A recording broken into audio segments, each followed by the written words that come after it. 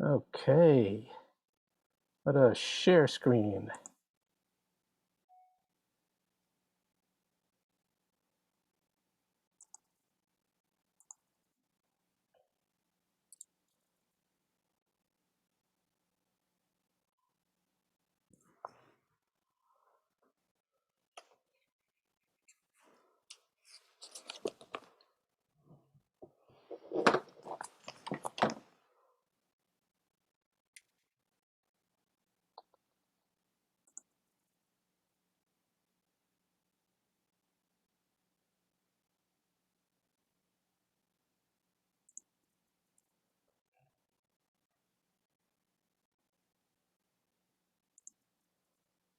Okay. If anybody cannot see a document that says meditation, Judaism, and self-mastery, say something. Otherwise, I'm assuming you could see it. Okay, so tonight we're going to continue learning about a unification meditation, experiencing oneness with God by reciting the Shema. We'll also consider fundamental activities of mindfulness to help our meditative practice. We're moving right along. You can see we've covered a lot of different types of Jewish meditation, currently on unification. And as is our custom, once we finish a portion of the curriculum, as I find new resources to enrich our understanding of it, we're going to go back to it. So we're going to go back a little bit to mantra meditation today. Actually, we're going to do it right now. This is, I'm going to try to play for you briefly a very good example of mantra meditation. It's by a choir. I don't know the choir. It's not this choir. The recording is of adults chanting a mantra meditation. But the recordings, visuals, are all these pictures of different choirs. So these are not the people doing the chanting. It's on YouTube. And what they're chanting is a mantra of Om So Hum. So let me see if I could do this, give you a taste of this.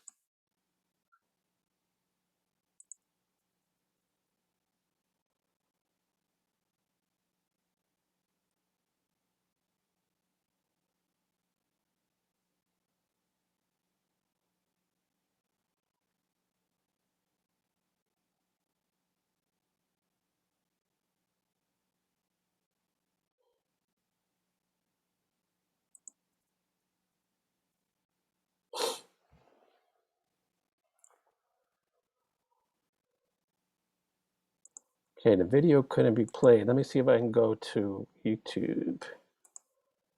Hold on.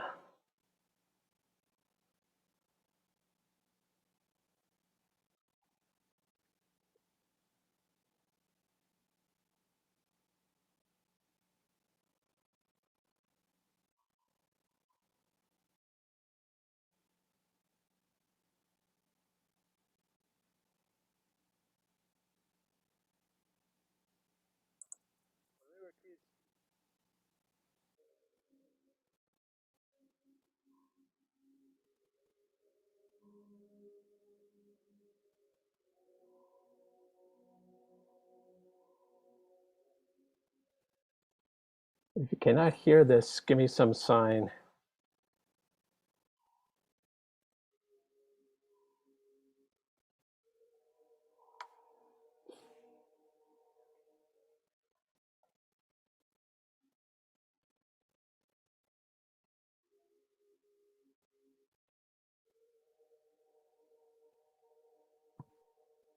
I'm barely hearing it. Let's see. It's as loud as I can make it. Okay. I know there's music playing, but I can't hear the tune. All right.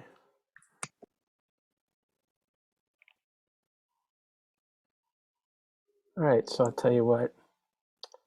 How do I get back? Let's see.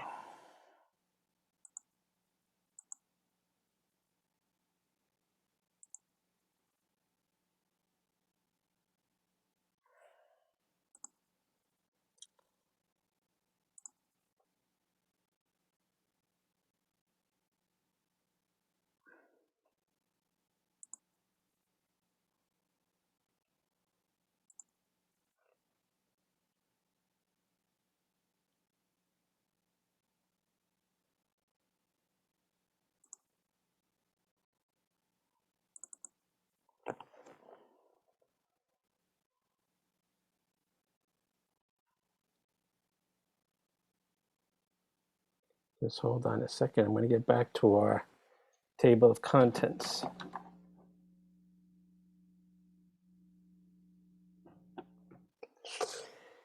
Okay.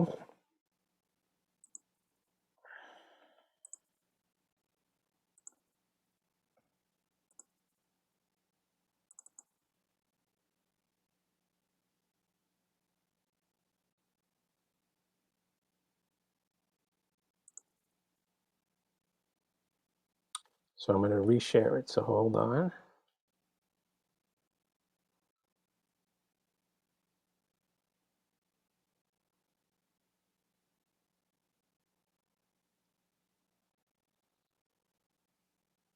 So as it's loading, the 2 points.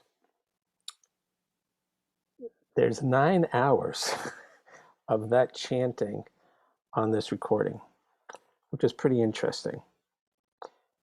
I don't know if the choir actually chanted for 9 hours or if they gave it a brief segment and then they kept looping it. But it's really relaxing. And I had it playing for a long time. It's really interesting. So on a subconscious level, it has a huge impact, which we've discussed is one of the powers of mantra meditation. It hits the aesthetics of it affect you. In addition, the actual words can affect you. Now, I don't know what these words are. I don't know what language. I'm assuming they're in a language, and I don't know what language it is. Probably it has to do with some kind of Hindu, Eastern kind of language. But from a Jewish point of view, we mentioned when we discussed the importance of what you're saying in the mantra, we talked about how saying something like Rabbona Shalom, Master of the Universe, knowing what those words mean, can impact you. It raises your consciousness about God.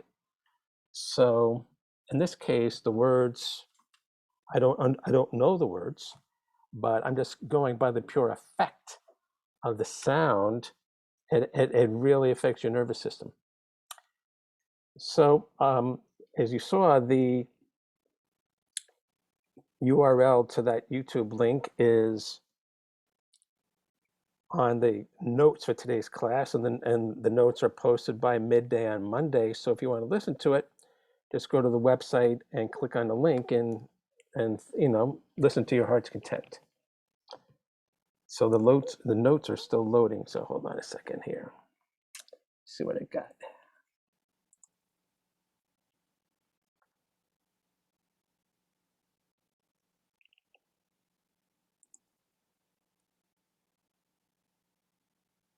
All right, so it stopped. Hold on. Sorry for all the delays here.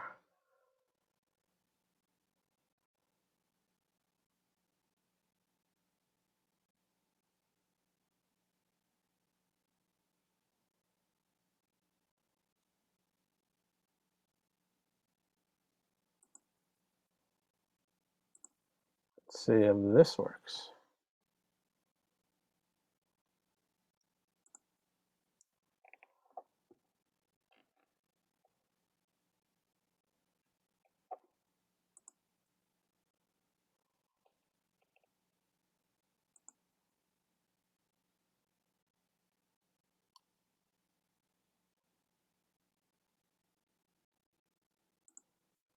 Okay, one more time. Just bear with me. Again, sorry for the delay.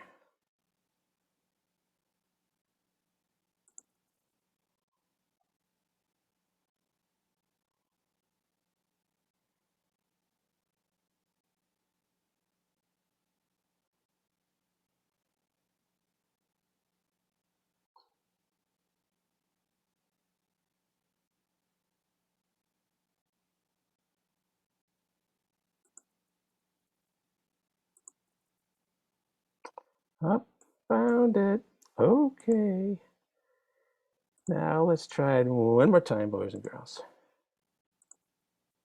Okay. We're back. So here we are. There's the URL. Let's continue talking about unification meditation with the Shema. So what do we know? What do we know? Let's see.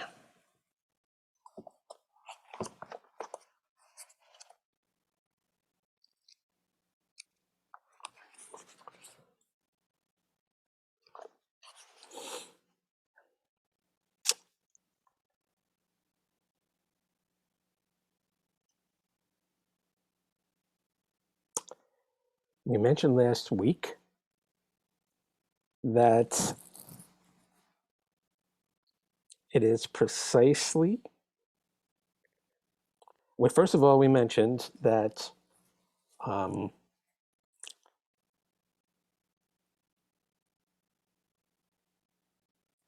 it is precisely when one is in a meditative state that one has contact with the spiritual on an intimate level. The Shema addresses itself to such a seeker and calls him by the name Israel.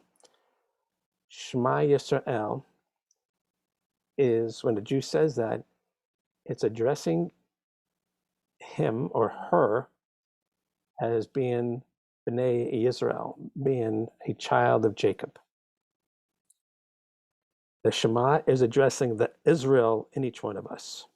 This Israel is the part of us that yearns to transcend the boundaries of the physical and seek out the spiritual. So we have a name for a spiritual seeker, and we call him Israel or her Israel. So Rabbi Kaplan's talking about that part of us that keeps going to yoga classes and keeps reading books like this and does internal martial arts and is looking at all this stuff about Buddhism and everything else. That's the Israel within us. And even though Israel is named after Jacob, forefather Jacob, it implies both men and women. That's interesting. So we actually have a sophisticated enough understanding of spiritual searching to actually have a name for that part of us that is doing the searching. And not only that, we have a fundamental meditation that's biblically sourced to address that part of us. So the Shema that appears in the Bible, and it does this phrase appears in the Bible. The Shema is, wait, let me think about that. But the contents of the Shema that we say in the meditation are biblically rooted, and so the Bible was established to aid and support spiritual seeking. This Israel is the part of us that yearns to transcend the boundaries of the physical and seek out the spiritual. The Shema tells this Israel to listen, to quiet down the mind completely, and open it up to a universal message of God's unity. However, the only time a person can listen perfectly without any interference is in the meditative state. So voila. So what we're talking about is when we say Shema Yisrael, listen Israel, you're listening with your whole being, and the only way you could have that whole body mind integration is if you've meditated or some form of meditation. So it's a meditation for people who are meditating. The Shema says, Adonai our God, Adonai Elokeinu. This is the same expression encountered earlier in the previous chapter, a discussion in the Amidah. As mentioned there, we recognize that God is a totally different entity who exists outside even the realms of space and time. When we say Adonai, We are speaking of that for which the mind does not even have a category. Yet in the very next word, we call Adonai our God. We recognize that we can relate to God and experience his closeness to such an extent that we can call him ours. So it is remarkable that we are saying, okay, spiritual seeker, we know what you're seeking. What you're really seeking is God. And on the one hand, God is this unfathomable being, creator of the universe and ruler of everything, but he's our God.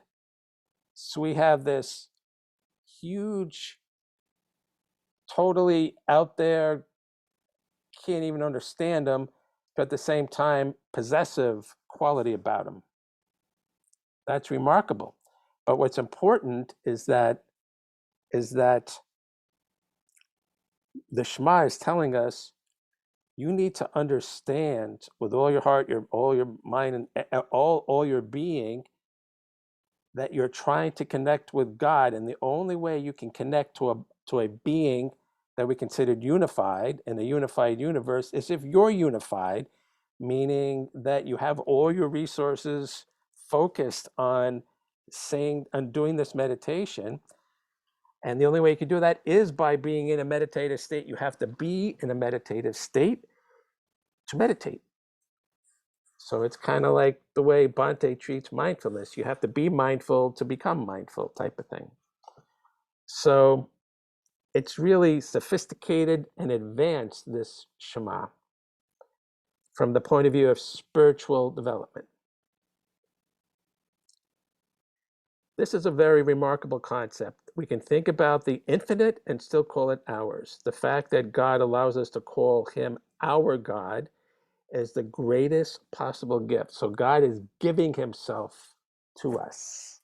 And those people that learned about Rabbi Foreman when he said teshuka, the idea being his whole analysis of teshuka in the Bible was that something that has abundance wants to share it. A mother has abundance as teshuka for the child, type of thing. Rain has teshuka for the earth because rain has life-giving properties to soil and wants to give it to the soil, type of thing. So God has teshuka for us in a way. He says, I'm here for you. Connect with me. The Shema ends with Adonai is one, Adonai Echad. Here we are saying that no matter how many different ways we experience the divine, they are all one and all have one source. We recognize that there is a basic oneness in the universe and beyond. In our search for the transcendental, it is precisely this oneness that we are seeking. We see in God the most absolute unity imaginable, the oneness that unifies all creation. So one ramification of this is the idea that somebody says, I've got, I have found God, you can't find him. We don't have somebody that says, well, I got it done because I'm special. Sorry, you can't get it done.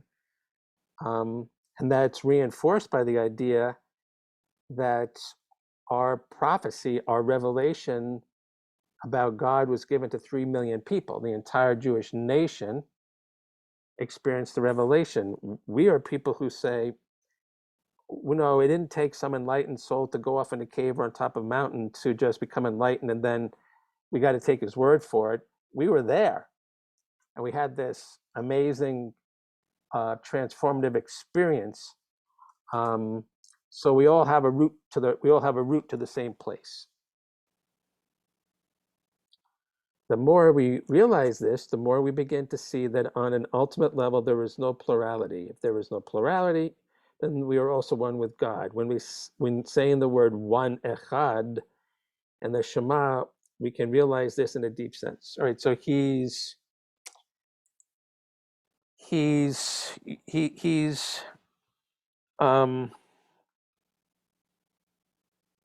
again, his point of view banks a lot on our understanding the concepts and the meaning of the words, which are very important. You can have a base level benefit not knowing what you're saying. And as he said in the beginning of our class, way back when, he did say, it'll affect you saying this stuff, the prayers, the meditations, and so on will have an impact on you. But it's like basic level. If you want to get up there, then you got to know what you're saying. And knowing what you're saying here means that when you say Hashem Echad, it means you're seeing some kind of oneness. You're not seeing the differences in things. You're seeing the similarities and the connections between things. I guess is a good way of saying it. So all this can be experienced and understood by saying the Shema. And we're talking about one phrase right now. We're not even talking about the paragraphs of the Shema yet. So this is really powerful. He's basically saying that with proper training, proper understanding of the words, proper meditative preparation, and proper state of mind, we can have this experience of oneness that, like, they talk about with all these LSD people, like in the 60s, just popping these drugs and opening their mind, and I can see it all makes sense. That's a very Jewish thing, dating back thousands of years. So we had it before the San Francisco people had it. Okay. An objection might be raised here. If a person is one with God, how can he continue to exist? I'm really glad he said that, because people can tend to lose themselves if they start reaching too far. If he is one with God, then there is no room left for him to have an independent personality. How is it possible for a person to ever experience this oneness with God? The answer is that this situation is a paradox. To say that I exist and that God exists and that I am one with God is like saying 1 + 1 = 1, which of course is logically impossible. Nevertheless, we cannot say that logic is higher than God. Quite the contrary. Just as God created everything else, he also created logic. Logic is a tool of God's, but he is never bound by it. Therefore, if he wants 1 + 1 to be 1, it is no problem for him. And if he wants a person to be one with him and still be able to experience it, it is also possible for him. So he's trying to alleviate and trying to reassure those people who are very analytical. There's a ton of people, and try to use logic and basically say, oh, wait a minute. If everything's one, then I got to be part of that one. So how can I still be me separate from the one? How can I be the one who's perceiving the oneness? And he's basically saying, in so many words, this is like a Zen thing where you've got to put aside your analytical and conceptual mind and not really think about it so logically, and just understand that, Rabbi Kaplan's point of view is to say, well, we're talking about God here, and because God is God, you can't understand things logically. Which kind of makes sense, because it's not logical to say that something is so infinite you can't imagine it, and at the same time you feel close to it. Okay. So as many spiritual teachers will say, there's something has to be experienced, and then you get it. And as Bhante would say, you get it on a sub-logical, sub-level. That's how you get it. Bhante keeps saying that when we go over Bhante's teachings, he keeps saying, you've got to feel, you've got to sense the thought or the feeling or the state of mind coming up before it reaches your conscious mind. It's the same kind of thing. You've got to sense what we're talking about, sense what appears to be a paradox before it enters your conscious mind, before you start using your conscious mind and your logic and start realizing it's a paradox and getting frustrated. Goes, no, you'll get it. Just get it at a deeper level. That's really why we're making a practical part of this class and why we're meditating, so we can understand what we're saying when we say, understand it pre-conceptually. That's what we're trying to do here.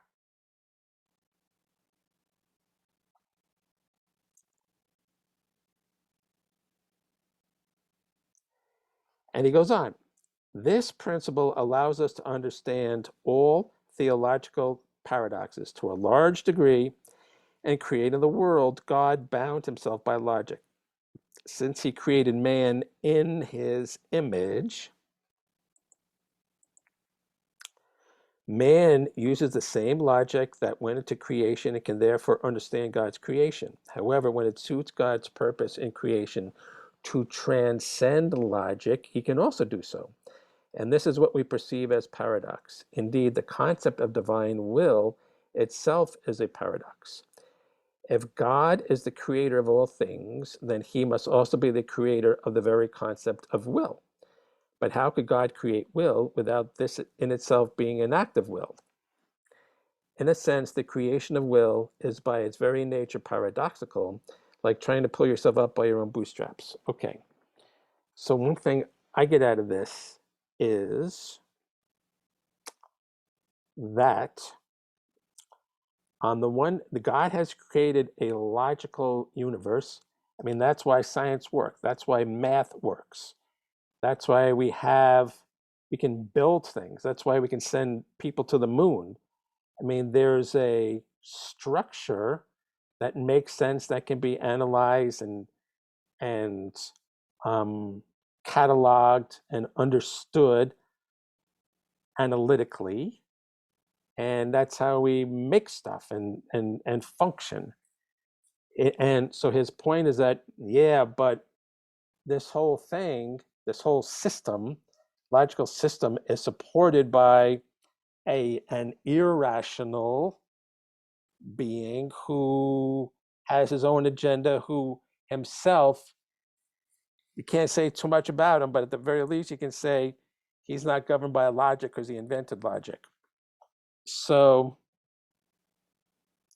that's where he's coming from. He's using various ways to drive home the point that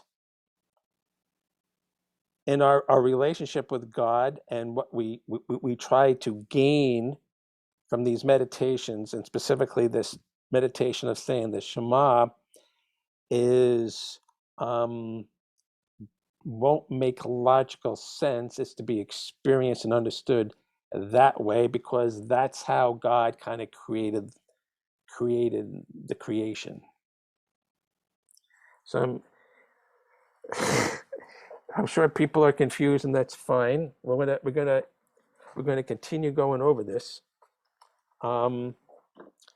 But as you can see, what he's making his meditation on the Shema an opportunity to get into metaphysics and to get into the, I guess, what people would call the Jewish cosmology, meaning what's the nature of the cosmos. And for us, that always has to talk about, well, who is the creator of the cosmos and how does he run it, and which is God. So in our cosmology, the one and only God is front and center, and that's who we try to talk about. We can't talk about him specifically because we can't know him as him, but we can talk about what he's done and this world he's created and try to figure out what we can know and what we can't know. And all this is involved in saying the Shema. So you can imagine that if you take the time to try to understand these ideas, that when you say the Shema, it's like super powerful, because you're basically channeling Jewish cosmology. You're understanding our entire. You're calling upon this understanding about how the whole universe works by saying these words, and you're connecting to God as the creator and of this marvelous place. That's what you're supposed to get out of saying the Shema. And it just goes to show once again that from a Jewish point of view, meditation is designed to connect you to God. And that's heavy duty stuff, but that's what being Jewish is all about.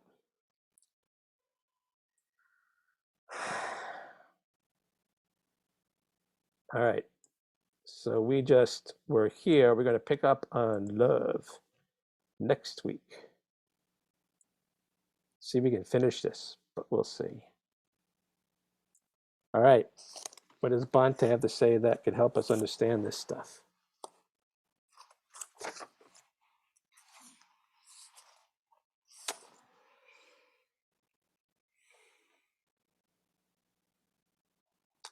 We talked about last week, remembering from Bhante's point of view is being cognizant of what you're supposed to be doing.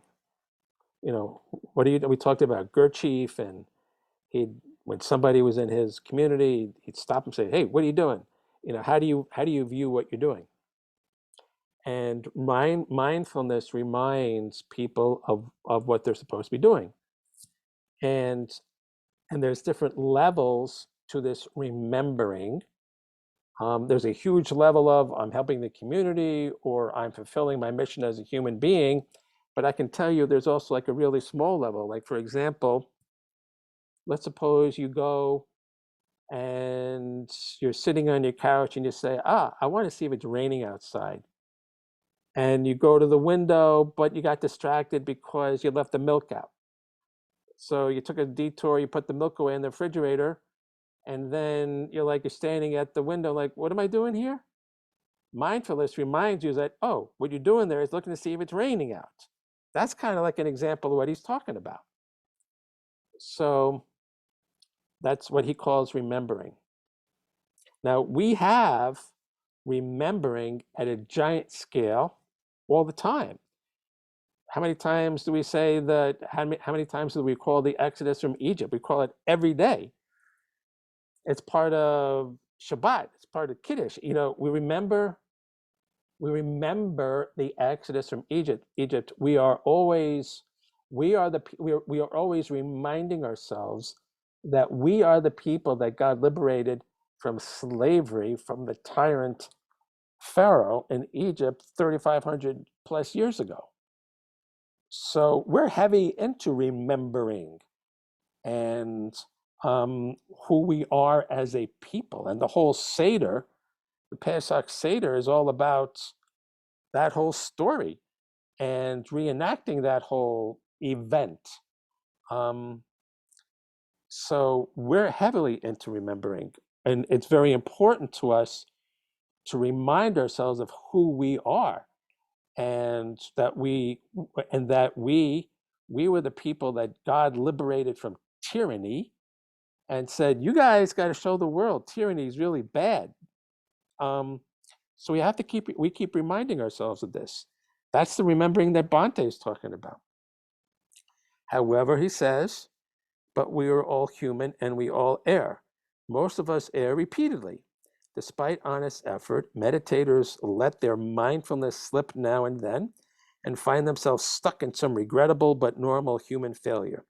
It is mindfulness that notices the change, and it is mindfulness that reminds us to apply the energy required to pull ourselves out. These slips happen over and over, but their frequency decreases with practice. So again, Rabbi Kaplan would say, like when we remind ourselves of the Exodus, we are trying to identify who we are and the importance of becoming God's nation, with him having liberated us from Egypt. And that our mission is to form an anti-tyranny society and to show others how to do it. Okay, so that's what we're supposed to get out of remembering the Exodus from Egypt. But sometimes we just mouth the words. Okay, but if we properly educated ourselves on the meaning, on the purpose of that remembering, then it's mindfulness that says, oh, wait a minute. When I remember the Exodus from Egypt, I'm not just supposed to be mouthing those words. I'm supposed to be remembering what the Jewish mission is. Right, got it. Okay. So Bhante is helping us understand that from a Jewish point of view, we have to keep remembering our national mission and what it means to be a Jew. Mindfulness reminds us of our job here, of our duty, and who we are and what our national purpose is. Mindfulness, mindfulness, mindfulness. That's why we have to keep developing mindfulness, because otherwise we get lost. And then lost to the point where you got Jews working against the Jewish nation. Those people are remarkably lost. To say they're unmindful is a gross understatement. But that's how bad it can get. If you're not mindful, you get totally off the track into a bad track.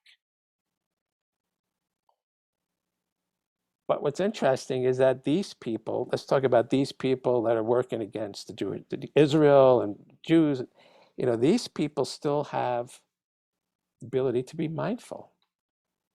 They just have to be, they got to wake up a little bit, but there's hope, because there's a part of them that's still saying, wait a minute, remember the Exodus from Egypt, remember who you are. They're just ignoring it. And we have the ability to ignore, to decide not to be mindful. And a lot of people are doing it. Okay. Once mindfulness has pushed these mental defilements aside, the lack of mindfulness, more wholesome states of mind can take their place. Hatred makes way for loving friendliness. Lust is replaced by detachment. It is mindfulness that notices this change too, and that reminds the meditator to maintain that extra little mental sharpness needed to retain these more desirable states of mind. Mindfulness makes possible the growth of wisdom and compassion. Without mindfulness, they cannot develop to full maturity. So really interesting. So he's basically saying people who are dropping the habit of being mindful and forgetting themselves and what they stand for, losing that, can develop these really bad mito, these really horrible qualities. But if they can become mindful again of what they are, what they stand for, then they can push aside the hatefulness and the bad qualities they've developed, and rebuild their good qualities. And the key to that is being mindful. And as we've said a whole lot of times, there are so many rituals and symbols in Judaism that keep reminding us to be mindful. That it's easy to be mindful as a Jew if you look at all the symbols and the rituals that we do and say, right, thanks for keeping me on track. We put a lot of effort at putting ourselves on track. And that's one of the key reasons why somebody who's dropped the religion can become at the least lost, and at the worst miserable and hateful and stuff, because they've taken themselves out of an environment of rituals and symbols that keeps reminding them, be mindful of yourself as a Jew. That's the biggest trade-off they make. So when somebody says they're not religious, that's what they've deprived themselves of. And it's very hard to be mindful of yourself and retain your identity as a Jew and be aware of the national mission if you're not surrounded by all the stuff you're supposed to remember. So if you can look at it from that point of view, you can say, wow, what a great and wonderful system for living we have to keep us mindful as Jews. It's really remarkable stuff. We have an amazing system. Amazing system.